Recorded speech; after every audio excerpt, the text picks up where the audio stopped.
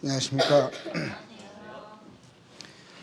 네, 네, 이런 좋은 날에는 여러분들에게 주의력을 잡기도 힘들고 저도 이렇게 한눈을 말씀을 교제하다가 한눈을 팔까 겁이 납니다. 순간 고개를 돌리는 순간 내가 어디까지 말씀 전했는지도 잊어버릴 만큼 아름다운 계절입니다.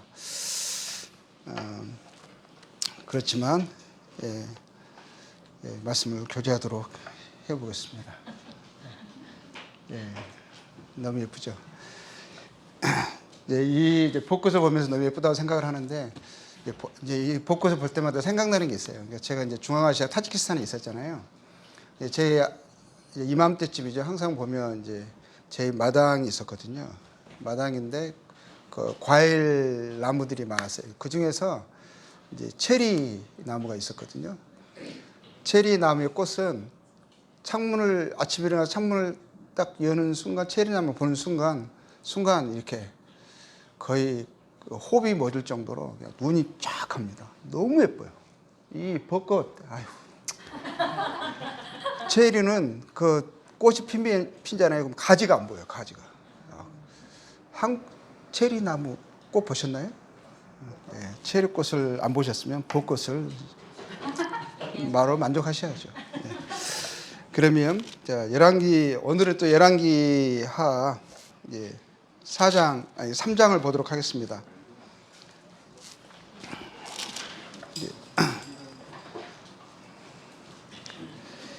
3장의 장면은 지금 북왕국은 이스라엘이고 남왕국은 유다잖아요. 북왕국의 이스라엘의 지금 왕은 여호람입니다. 여호람. 그리고 남왕국의 왕은 요사밧이고요. 이스라엘의 왕 여호람의 아버지가 누구냐면 요압입니다. 요압이 아니라 아합입니다. 아합이고 그 부인이 누구죠? 그러니까 여호람의 어머니가 누구죠? 그 유명한 그 악명 높은 이세벨입니다. 그들의 자녀예요. 그러니까 또 이 아합과 이세벨의 딸이 있어요. 근데 그 딸이 아달랴예요. 아달랴.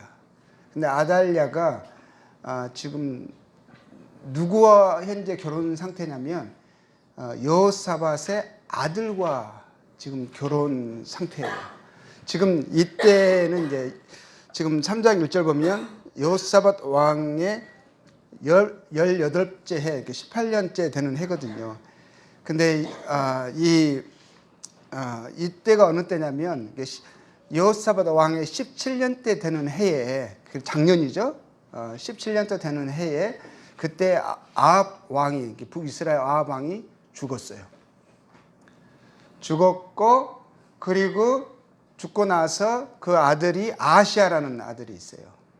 아하시아는 아들이 그리고 왕이 됐고, 아합이 죽자마자 어떤 일이 일어나냐면 그들의 속국이었던, 그리고 조공을 바치던 속국이었던 모압이 배반을 했어요. 그런데 그 아합의 아들인 아하시아가 이제 왕이 됐잖아요.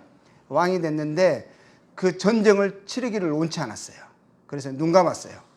그리고 왜냐면 자기 아버지 아합이 전쟁터에서 죽었잖아요. 결국 전쟁에서 죽은 거거든요.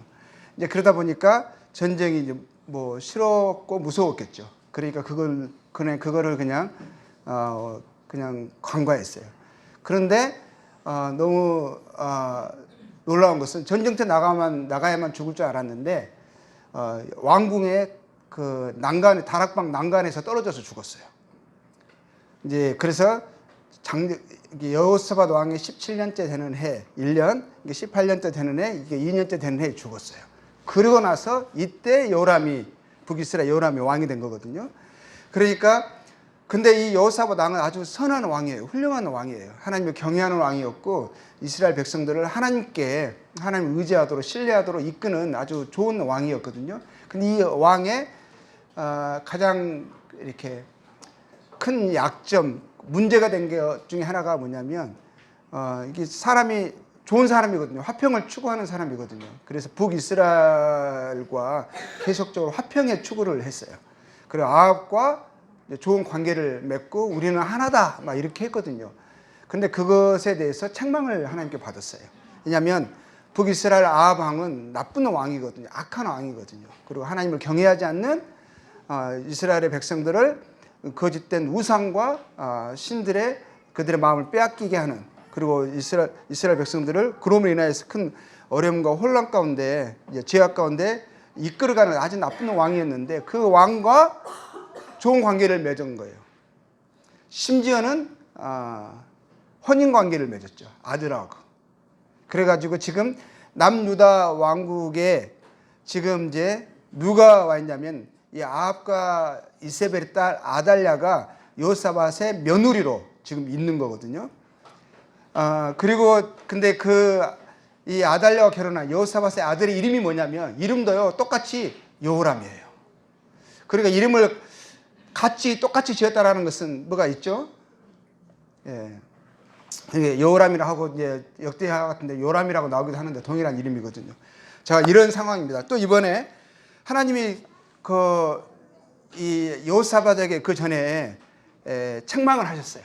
악한 왕과 이렇게 친밀한 교제 가운데 있고 연합한 것에 대해서 이렇게 크게 책망을 하셨거든요. 그리고 그로 인해서 하나님의 징계와 심판이 있을 것을 말했어요. 그럼에도 불구하고 다른 것은 다 잘했어요. 자기 유다의 백성들을 하나님께로 인도하는 선한 왕이었거든요. 그리고 어려운 가운데서 전체적으로 하나님을 의지하게 하고 여호와의 말씀을 증거하는 여호와의 선지자를 존중하게 하고 신뢰하게 하고, 정말 그래서 이 여호사밧이 있는 동안에 남유다는 태평 성대를 누렸어요. 그리고 이제 그랬는데 이제 문제는 이제 여호사밧이 살아있는 동안에는 그래도 이스라엘의 태평 성대들이 문제가 괜찮았었잖아요. 그 여호사밧 죽고 나서부터 남유다는 진짜 가장 큰 어려움에 이제 처하게 돼요.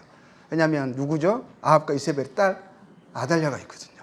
그리고 그 남편 요람을 꼬에서 악한 왕이 되게 하고, 그리고 이제 나중에 이제 요람이 지금 여기는 여호사밧 17년 때 아합이 죽을 때에 그때도 여호사밧도 심적인 타격을 입었나 봐요. 그래가지고 어떻게 하게 되냐면 자기 아들 여호사밧을 섭정왕으로 세워요. 그리고 5년 동안 공동 통치를 하거든요. 그러니까 지금 여호사밧의 아들 여호람도 왕이에요. 그리고 지금 여호사밧도 왕이고. 근데 이제 여호사밧이 죽고 이렇게 한 5년 동안 통치를 하는데 5년 후에 죽어요. 죽고 나서는 여호람이요 아주 번색을 드러냅니다. 아달랴의 그 꾀임에 빠져서 번색을 드러나가지고 동생들 다 죽여버려요. 이제 그러고 나서 나중에는 진짜 그 왕족의 멸족까지 이제 와버려요. 이제 그런 이제 아주 어려운 상황이 된다. 나중에 이제 그때가 되면 이제 보도록 하겠습니다.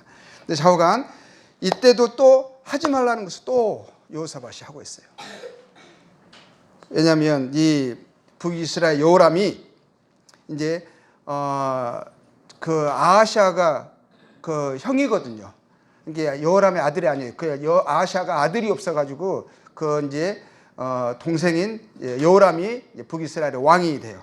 왕이 됐는데 이 사람은 그래도 아하시아처럼 심약하지 않았어요. 전쟁을 무서워하지 않았어요. 그래서 이 모압을 이제 그들의 배반을 응징하기 위해서 전쟁을 이제 생각합니다.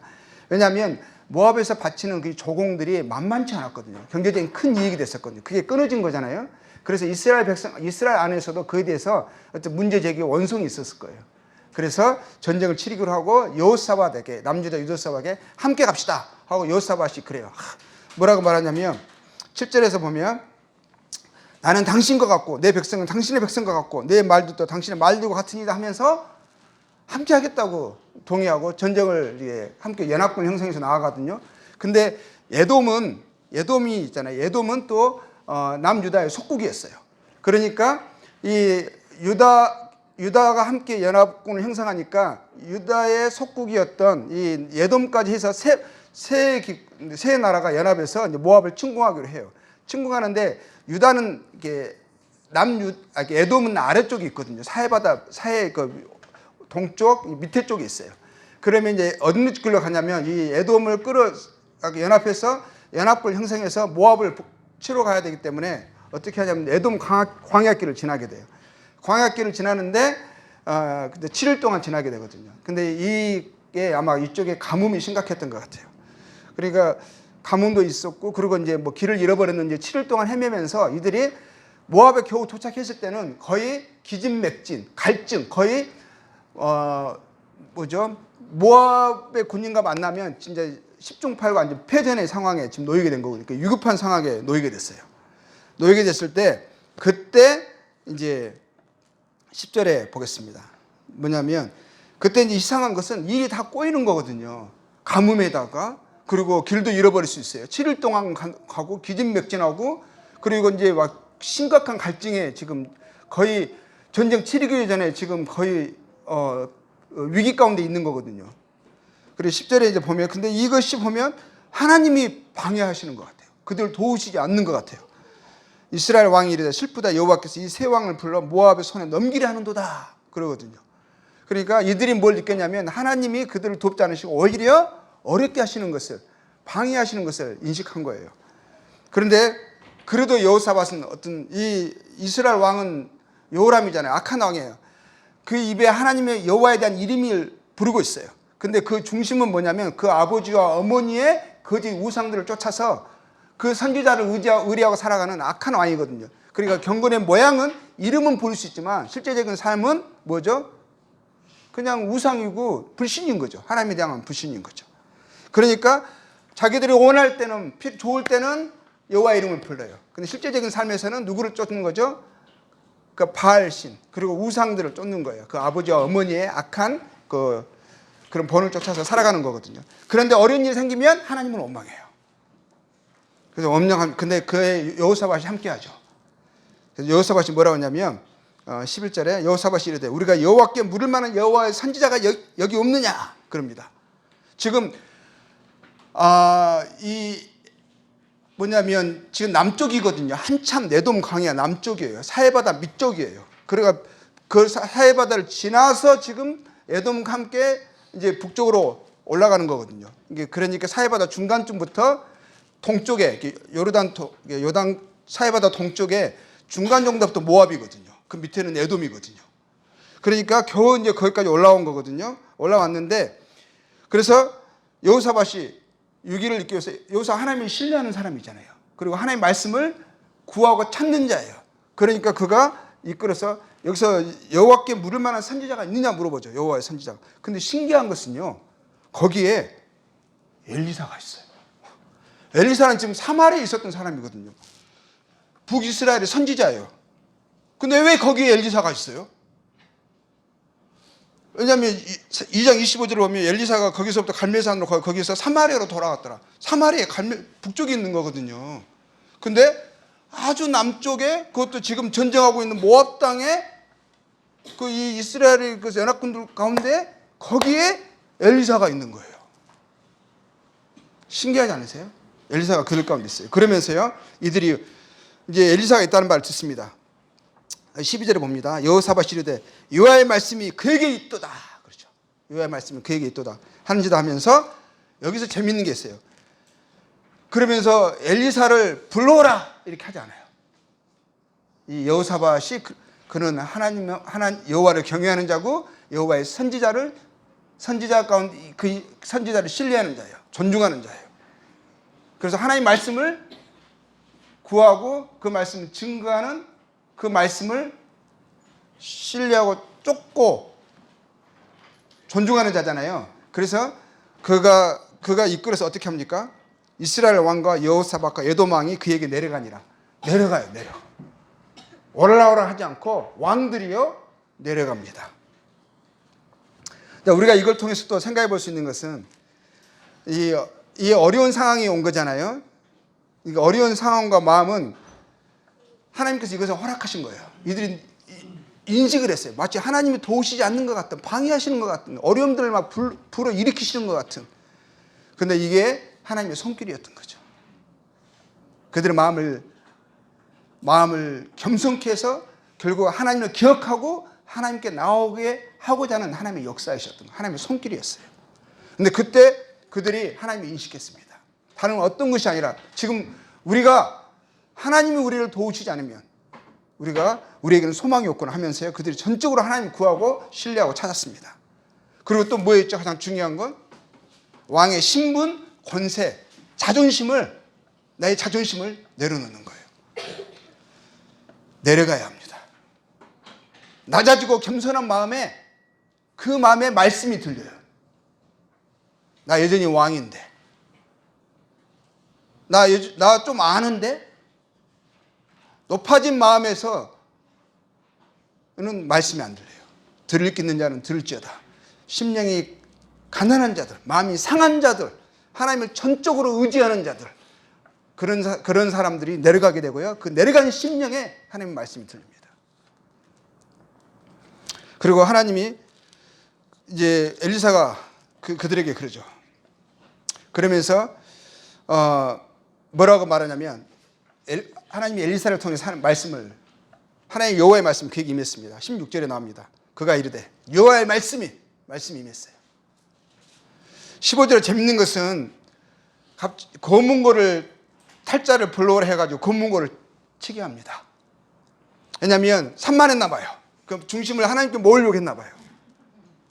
우리도 가끔 이 분주한 세상에서요, 막 산만한 정신을 하나님께 집중해야 될 필요가 있어요. 그래서 조용한 곳을 찾고요. 필요할 때는 찬양도 하면서 기도하면서요, 하나님께 내 마음을 쏟아야 할 때가 있어요. 필요할 때가 있어요.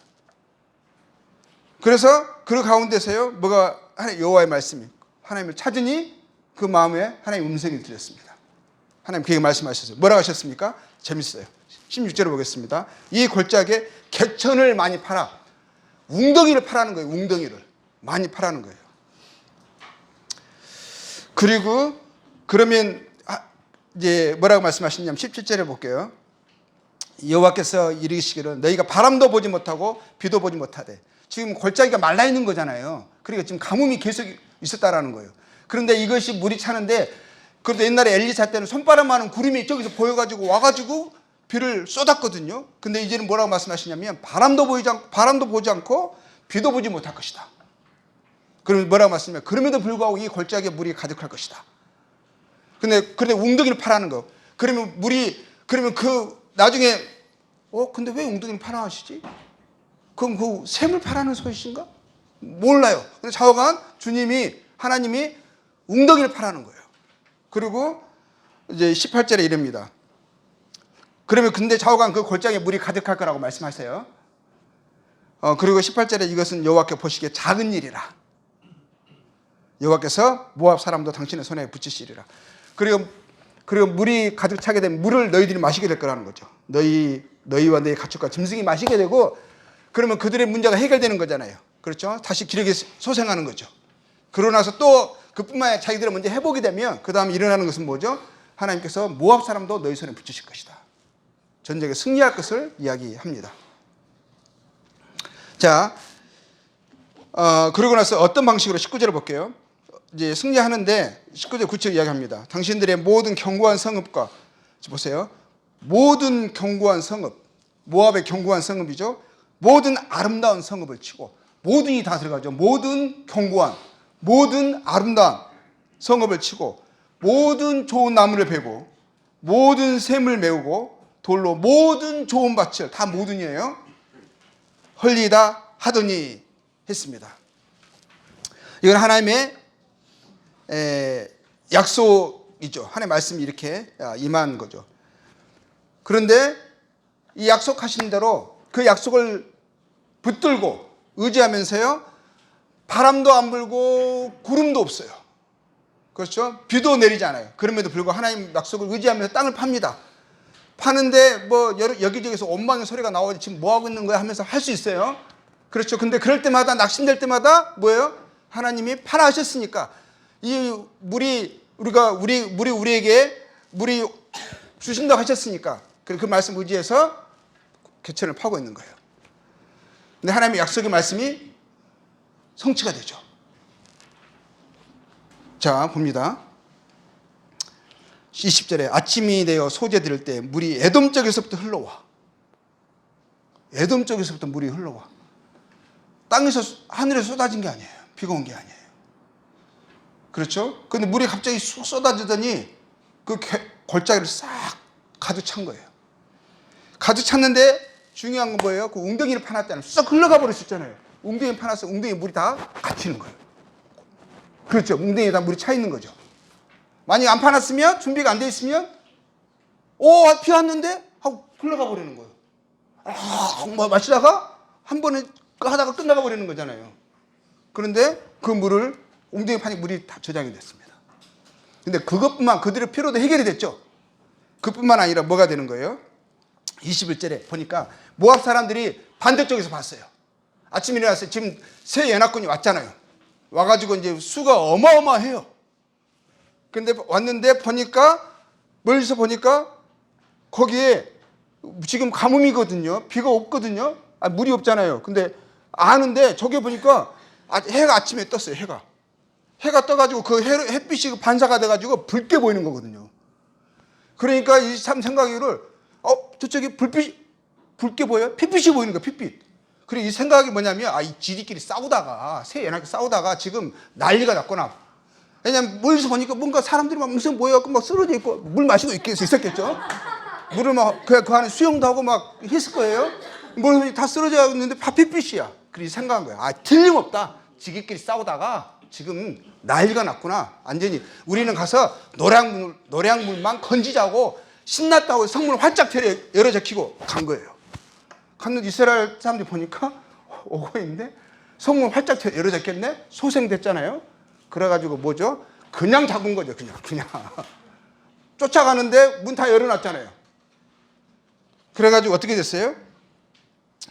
그래가지고 이제 하나님 말씀대로 이루어진 거잖아요. 이제 24절 봅니다. 이스라엘 진에 이르니 이스라엘 사람들이 일어나 모압을 쳐서 그들 앞에 도망하게 하고 그 지경에 들어간 모압 사람들 치고 그 성읍들을 쳐서 헐고 각기 돌을 던져 모든 좋은 밭에 가득하게 하고 모든 샘을 메우고 모든 좋은 나무를 베고 모든 성읍을 견고한 성읍을 치고 모든 아름다운 성읍을 치고 했죠. 다 했어요. 이루어졌어요. 한 성만 남았어요. 게랄했어요. 이게 왕이 있는 왕성이거든요. 왕성. 마지막 성이에요. 게랄에서의 돌들은 남기고 아직 지금 남아있죠. 그래 하나님 뭐라 말씀하셨어요? 약속을 주실 때 이런 일이 일어날 것이다. 그러니까 모든 성읍을 치고 모든 아름다운 성읍을 칠 거라고 하셨거든요. 그럼 모압들을 너희 손에 붙였다라고 말씀하셨어요. 하나님 약속이 있잖아요.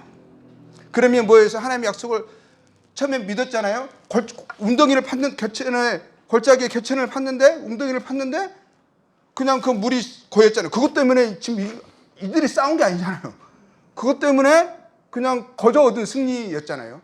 그리고 쫓아가 그냥 뭐 쉽게 이거 타고 보니까 하나님이 모든 그 좋은 나무를 베고 밭을 뭐 돌무더기 만들고 다 했잖아요. 이들이 싸웠던 방식은 뭐냐면 하나님이 가르쳐 주신 것 같아요. 이거 물맷돌을 던지는 거예요. 물맷돌. 돌로 막 투석하고 물맷돌 던지는 거였거든요. 그러다 보니까는 샘들이 막 다 메꿔지고 이 밭이 돌에 다 이렇게 덮여지면서 승리가 쟁취하고 있었고 지금 게랄에서도 이제는 이제 뭐죠? 거의 다 잡은 거잖아요. 이제 이 성을 마지막으로 끝나는 거거든요. 정말 그들이 이제 자기 손에 붙잡히는 거거든요. 그런데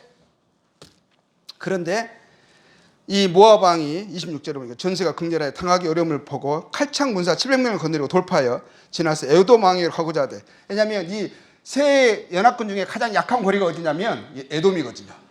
그러잖아요. 에돔은 지금 유다의 속국이잖아요. 그래서 에돔을 쳐서 그쪽으로 뭔가를 도망가려고 했든지 아니면 뭔가를 회복을 전환해 보려고 하는 그런 방법을 쓴 거예요. 했는데 거기도 안 돼. 그래서 이 사람이 어떻게 27절을 볼게요. 이에 자기의 왕위를 이어 왕이 될 맏아들을 데려와 성 위에서 번제를 드린지라. 자기의 아들을 다음 차기 왕이 될 맏아들을 성 위에서 번제로 드려버려요. 이들의 신이 모압의 신이 누구냐면 그모스예요. 그모스. 그래서 다른 데 말씀 보면 이 모압 사람들 지칭할 때 그모스의 백성들이라고 그러거든요. 그러니까 이 그모스, 이들을 뭐냐면 자기들 하나님께 전적으로 의지한 거예요. 자기들이 신에게 전적으로 의지한 거예요. 우리 신의 도움으로 우리 이 낭국을 돌파하리라 하면서요. 그 비장함, 결연, 그것이 뭘죠? 자기 아들까지 아끼지 아니하고 번제로 드리는 거예요. 다 봤어요. 이제 밑에 아래에 있는 성에서도 봤고요. 자기 그 모압 백성들이 다 봤어요. 보고 나서 어떤 일이 일어났어요? 이스라엘의 크게 경노함이 임함에 그들이 떠나 각기 고국으로 돌아갔다. 이걸 보고 이스라엘이요 경노함이 임했다고 되어 있어요. 이게 무슨 말일까요? 이스라엘 경노함, 그것 때문에 그 성을 함락해야 되는데 하나님의 약속이 그들의 모압을 그들의 손에 주었다고 말씀하셨는데 불구하고 마지막 지금 다 잡은 것을 포기하고 가버리는 거거든요. 근데 경노함이 임했다고 되어 있는 이게 무슨 말이냐면요. 모압의 사람들은 지금 죽기 살기죠. 그렇죠? 그러면서 이 왕이 이 전쟁에서 승리하고자 하는 마음, 모압에 지키고자 하는 마음이 충천함을, 그 결연함을 본 거죠. 이들은 사기가 충천해요. 그런데 그걸 보면서 그들 신에게 간절히 의지하고 있죠. 간절히 구하고 있어요. 그리고 왕도 한 마음으로 자기 아들을 희생하면서까지 구하고 있어요. 그런데 이스라엘은 그걸 보면서 뭐냐면 하나님의 약속을 기억하는 게 아니라 혹시 그들의 신 그모스가 이들의 기도와 헌신과 충성을 듣고 그모스의 저주가 자기들에게 내려오면 어떻게 하나? 두려움이 임해버린 거예요. 두려움. 하나님의 약속 지금까지 지금 다 했잖아요. 자기들 힘으로 이긴 거 아니거든요. 그래가지고 어떤 일이 일어나냐면요. 여기서는 그냥 그들이 돌아갔다고 되어 있어요. 이스라엘 백성들이. 근데 1863년이에요. 이 아주 중요한 고고학적인 유물이 발견돼요. 지금 그게 프랑스 루브르 박물관에 안치되어 있어요. 그게 뭐냐면 이 모압 왕이 누구죠? 메사죠. 메사가 쓴 기념비가 있어요. 기념비가 발견되어 버렸어요. 거기에 뭐라고 되어 있냐면요. 나는 모압 왕 메사다 하면서요. 자기가 한 승리에 대한 전적이 이 사건이 기록이 되어 있어요. 여기서는 간단하게 이스라엘의 경노함이 임해서 그들이 떠나 각기 고국으로 돌아갔더라 이렇게 되어 있는데 거기에는 나는 모압 왕 메사다. 나의 아버지는 30년 동안 모압의 왕이었다. 나는 나의 아버지의 뒤를 이어 왕이 되었다. 그리고 나는 그모스를 위하여 산당을 만들었다. 그모스 자기들이 신이거든요. 왜냐하면 그러면서 이제 뭐 다 한 게 아니라 좀 뭐죠? 생각이 안 나. 생략해가지고 이제 어느 부분 이제 중요한 부분만 발췌한 거예요. 왜냐하면 그는 모든 왕들로부터 나를 구원해 주었고, 모든 왕들로부터 나를 구원해 주었고, 모든 원수들을 제압하게 해 주었기 때문이다. 오므리는 이스라엘의 그 전에 왕이었거든요. 오므리 때에 모압을 속 삼았어요. 속국화 시켰거든요. 정복해가지고. 오므리는 이스라엘의 왕이었다. 그는 수년 동안 모압을 압제하였는데, 그러나 나는 그와 그의 집을, 그 왕조를 제압했고, 이스라엘은 폐허가 되었다. 이제 이게 과장을 좀 부린 거죠. 쓴 거지. 폐허는 이제 폐허까지는 아니고 그냥 그 포위하던 것을 풀고 온 거잖아요.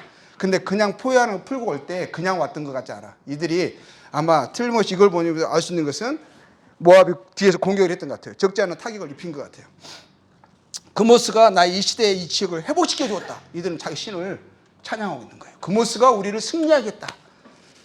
이것이 어떻게 돼버린 거죠? 이스라엘이 그것 때문에 하나님을 기억하지 않고 오히려 그들의 신을 향한 헌신과 충성을 보면서 두려움이 임하게 되고, 그러면서 하나님의 약속을 붙들지 않으므로 뒤로 물러가게 되므로 그들의 신이 찬양되어지고 그들의 백성이 믿음이 확고해지고, 그리고 참 하나님을 아는 이 이스라엘 백성들이 그 여호와의 이름은 모독을 받은 거죠.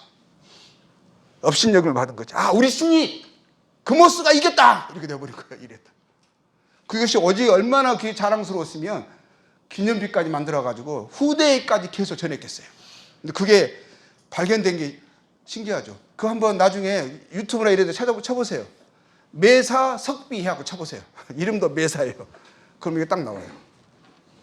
자, 여기서 보면 이제 우리가 이 사건을 통해서 우리가 한번 이제 몇 가지 이제 결론을 좀 내보죠. 적용하고 결론을 한번 해보겠습니다. 첫 번째는, 자, 여기서 보면은 11절에 보면 엘리사가 여기 있나이다 라는, 지금 위기 가운데 있습니다. 그렇죠? 지금 하나님이 그들에게 문제를 일으켰어요. 많은 시험과 어려움 가운데 그들이 처하고 있습니다. 범사에 하나님을 인정하죠. 우리가 인정해야 돼요.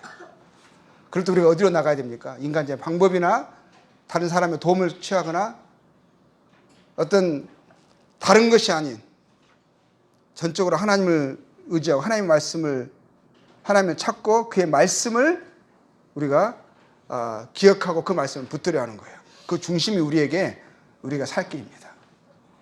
이스라엘 이 상황이 어떻게 했어요? 여호와를 찾았잖아요. 그 말씀을 구했잖아요. 여호와께 물을 만한 여호와의 하나님의 뜻이 무엇이냐? 우리가 하나님께 나아가자 이거예요. 그런데 거기에 생각지도 못한, 우리는 하나님이 뭘 있을 거라고 생각해요. 여호와의 선지자가 과연 여기 있겠느냐? 여호와의 말씀이 여기 있겠느냐라고 생각합니다. 그런데 거기에 그들이 찾으니까, 하나님을 구하니까 너무 놀라운 것은 거기에 엘리사가 있는 거예요. 거기에. 왜 거기 있는지 모르겠어요. 왜 거기서 나왔는지 모르겠어요. 엘리사가 거기 있었어요.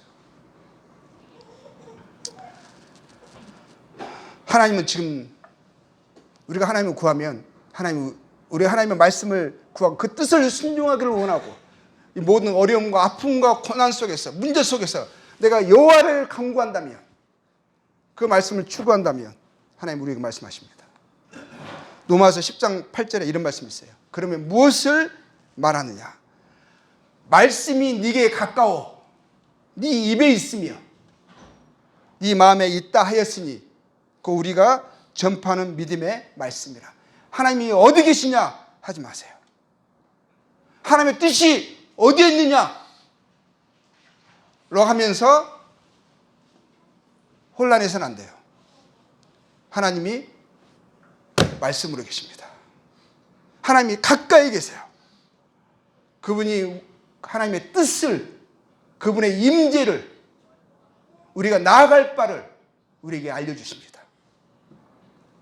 말씀이 가깝다 하셨어요. 하나님이 가깝다 하셨어요. 네 마음에 있다 하셨어요.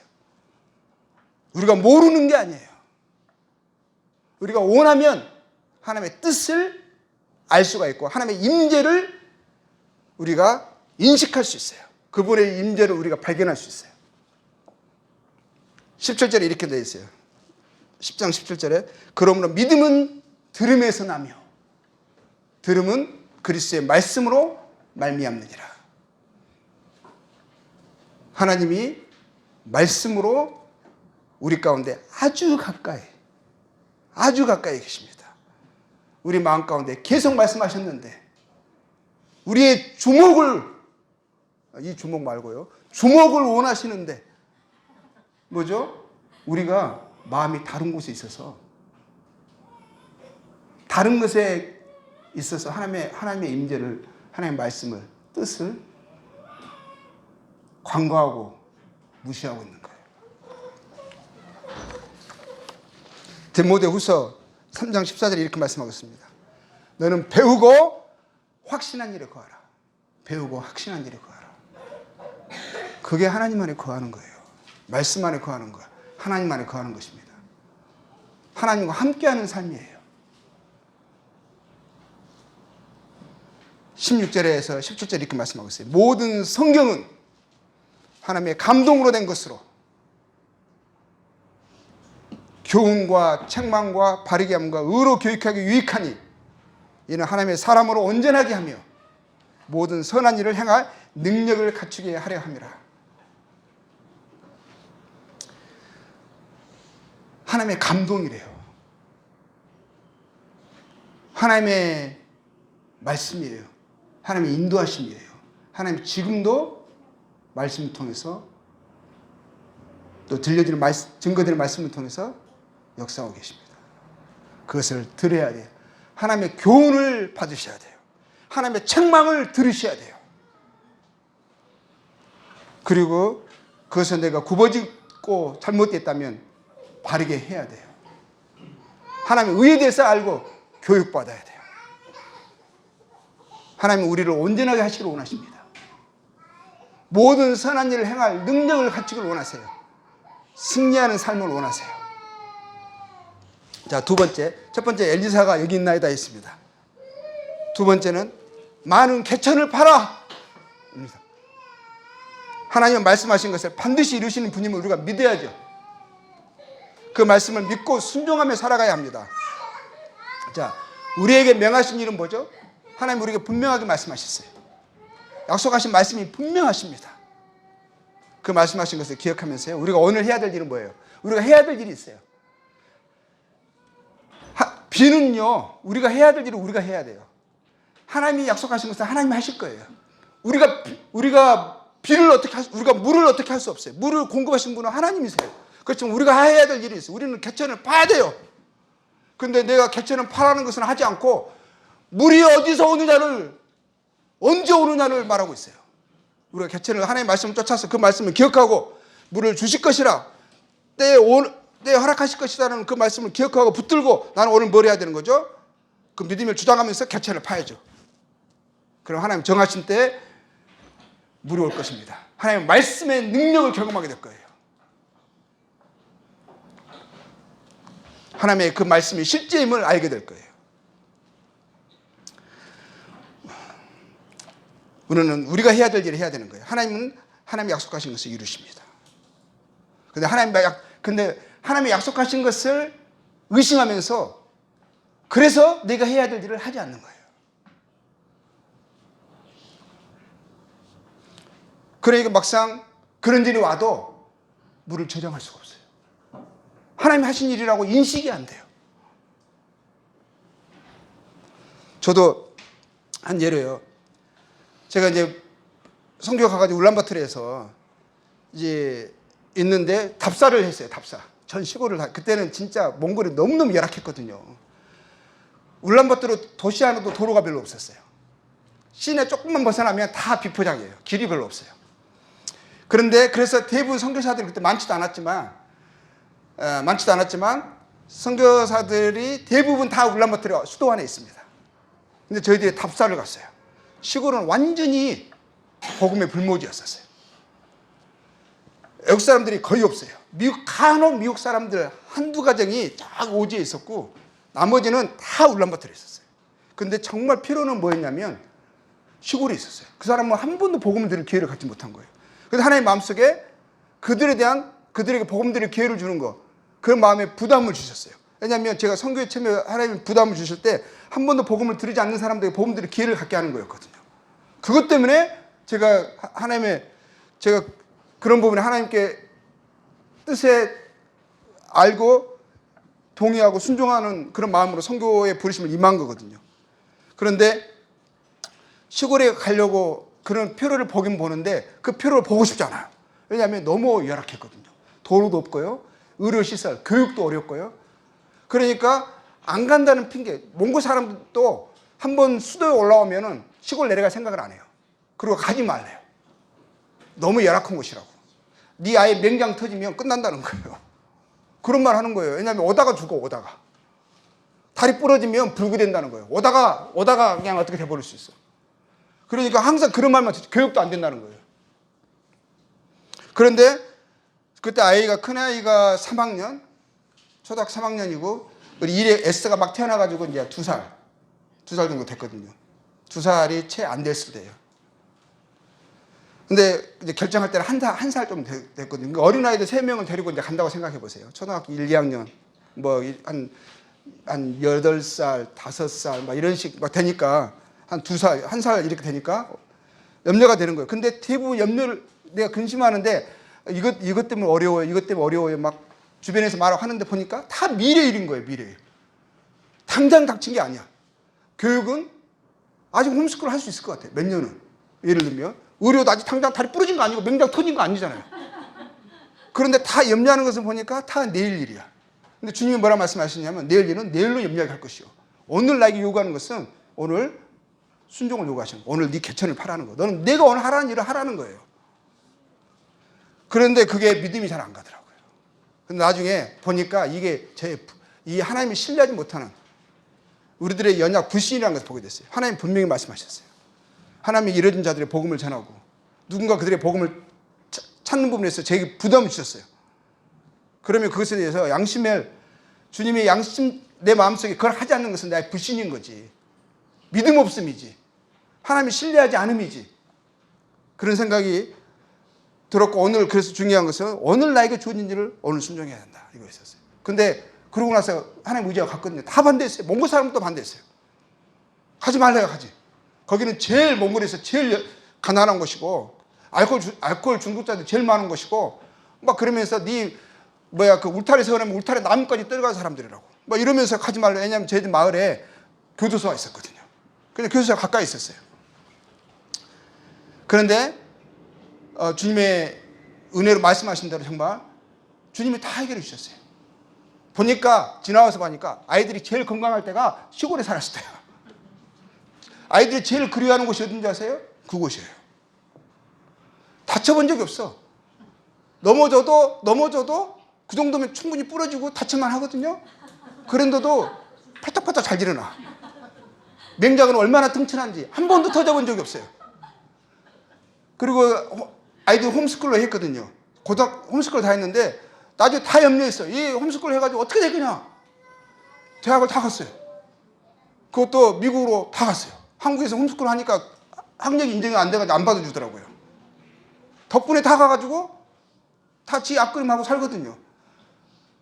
보니까 진짜 말씀하신 대로 오늘은 나에게 주어진 나의 일을 하면 주님 약속하신 대로 주님 일을 하시는 거예요. 주님이 약속하신 말씀의 성취를 기다리면서 오늘 나에게 하라 하신 일을 하면 돼요. 디모데전서 1장 19절에 믿음과 착한 양심을 가지라 하셨어요. 저희들이 해야 될 일이죠. 오늘 나에게 준 믿음 그리고 나에게 주어진 걸 하면 돼요. 착한 양심. 하나님을 의존하면서 착한 양심과 선한 행실 이거거든요. 12절 13절에서는 오직 말과 행실과 사랑과 믿음과 정절이 있어서 믿는 자에게 본이 돼요. 내가 이를 때까지 읽는 것과 권하는 것 가르치는 것에 전념하라. 읽는 거, 권하는 거. 나에게 권해야죠. 내가 먼저 내 안에 내가 충족해야 되잖아요. 내가 살아야 되잖아요. 내가 먼저 물을 먼저 마셔야 될 거 아니에요. 그렇죠? 그러려면 뭐겠어요? 말씀을 읽어야죠. 나에게 가르쳐야죠. 적용해야죠. 그리고 그러다 보면 다른 사람에게도 그것이 본이 돼서 흘러가지 않겠어요? 4장 16절에서 이렇게 말씀하셨습니다. 네가 네 자신과 가르침을 살펴 이 일을 계속하라 그랬어요. 이것을 행함으로 네 자신과 네게 듣는 자를 구원하리라. 이것이 우리가 해야 될 개천을 파는 거예요. 그렇게 살다 보면 하나님이 우리를 통해서 일하시는 것들이 나타날 거예요. 물이 공급이 될 거예요. 우리를 풍족하게 하고 우리를 기쁨과 화평으로 소망으로 이끌어 가실 거예요. 갈라디아 6장 9절에는 우리가 선을 행하되 낙심하지 말지니 그랬어요. 낙심되거든요. 파다 보면 이거 진짜 물이 나올까? 저 이러다 끝나는 게 아닐까? 막 자꾸 그런 생각이 들죠. 지치죠. 힘들죠. 근데 그러니까 주님이 아시는 거예요. 낙심하지 말래요. 포기하지 말래요. 그리고 항상 기억하래요. 주님 물을 주신다고 했거든요. 주님 말씀이 이루어진다고 하셨거든요. 때가 이름에 거두리라 하셨어요. 자, 모압 사람도 세 번째 합니다. 모압 사람도 당신의 손에 넘기리니 하셨잖아요. 모든 견고한 아름다운 성읍을 치고 모든 베고 메우고 헐리다 하셨어요. 자, 우리가 이걸 보면서요. 이 사람들은 이스라엘 사람들 뭐가 문제가 됐죠? 끝까지 하지 않았어요. 끝까지. 그 성을 헐어야 되는데 그 마음에 불신이 있어서 그것에 압도돼 가지고 포기해 버렸어요. 중간에 가버렸어요. 그래서 그들의 신은 영광을 받았고 그들의 여호와는 다 이루어놓은 싸움. 약속이 그냥 계속 그래서 개의치 말고 악행을 오히려 탄식하면서 계속 밀고 나가야 되는데 압도가 돼가지고 돌아가 버렸어요. 이 세상에 육신의 압도가 돼버렸어요. 근데 주님이 주님은 어떠셨죠? 요한복음 13장 1절에서 세상에 있는 자기 사람들을 사랑하시되 끝까지 사랑하셨어요. 끝까지 하셨거든요. 그리고 주님은 뭐 하셨죠? 마지막에 다 이루셨어요. 성취하셨어요. 바울도 그랬어요. 바울이 뭐라 그랬습니까? 디모데후서 4장 7절에는 나는 선한 싸움을 싸우고 나의 달려갈 길을 마치고 믿음을 지켰으니 하셨어요. 하나님의 약속은 분명합니다. 분명히 성취됩니다. 그래서 끝까지 붙들고 믿음을 지키고 우리에게 주어진 싸움을 싸워야 되는 거예요.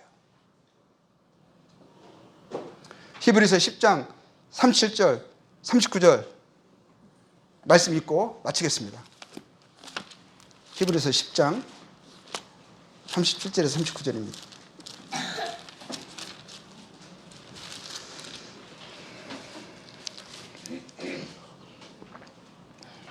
뭐라고 되어 있죠? 잠시 잠깐 후면 오실 이가 오시리니. 약속하신 대로 그 성취가 곧 있으면 이루어집니다. 곧 있으면 물이 찰 것입니다.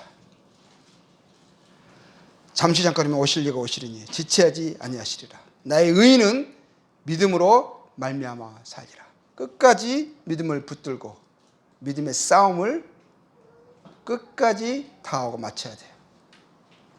중간에 포기하면 세상이 조롱합니다. 나는 또한 뒤로 물러가면 내 마음이 그를 기뻐하지 아니하리라. 우리는 뒤로 물러가 멸망할 자가 아니요